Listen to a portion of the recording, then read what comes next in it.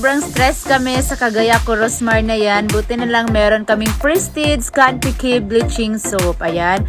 Betadine test daw muna, sabi ng aking buyer. So, ayan na nga. Naglalagay na ako ng betadine. So, ayan. Binuksan ko po yung isang pakete ng Canpiky Bleaching Soap. So, ayan na. Ayan. Pabulain mo muna natin para makita natin yung result talaga nung paglagay ng betadine.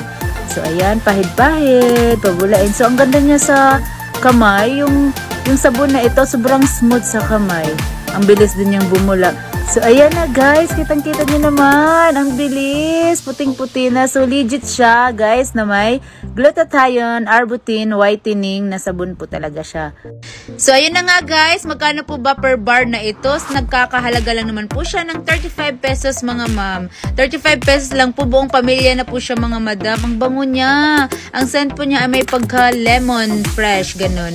So, ayan na nga. Shopee link on bio mga mamshi. So, ayan. Dinagdagan ko pa ng betadine kasi sabi ko dagdagan ko nga tapos yung bula na lang ang ating i-test. Ayan. So ayan puting-puti siya. So ayan legit guys. Tatak Prestige po yan. Kaya super benta niya.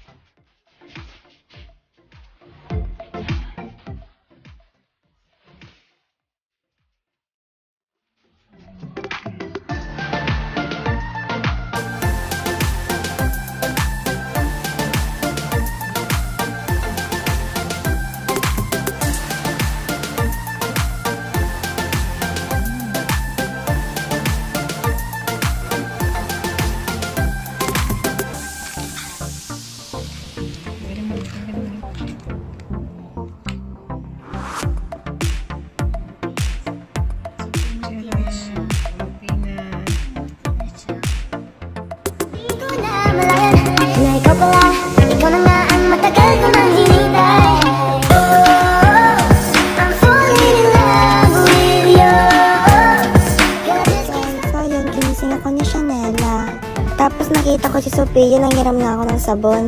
Ang pare naman yan, sa'yo na nga yan. Lumabas agad ako at pumunta sa Manix house. Ipasok ko ng Manix house, nandun na pala si Tita Mamay, John D. Carlota at Sir Manix. Ayun si Tita Mamay, nagbabaliw-baliwan na naman. Carlota, ano yung mga pagkain sa bahay ni Sir Manix? Pero bago yan, nag-ilamos muna ako gamit ang Canpiky Bleaching Soap. Wow, great! Mas effective to guys pag binababad nyo ng matagal sa balat nyo. Lakas talaga na ito makaputi guys at nakakatanggal din ng dead skin cells at nakaka-even out ng skin tone. Wow, great! Ayun, tapusin ko. Good! Available.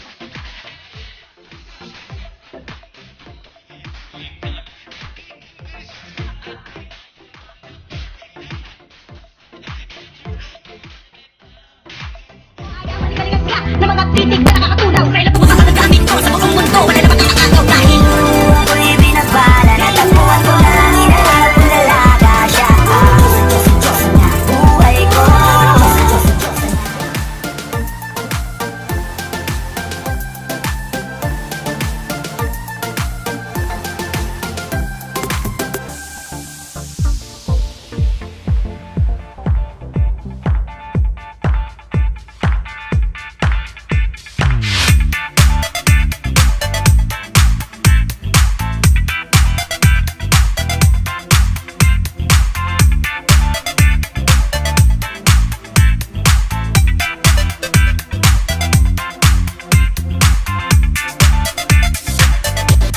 Betadine test. Prestige Canpiky Bleaching Soap.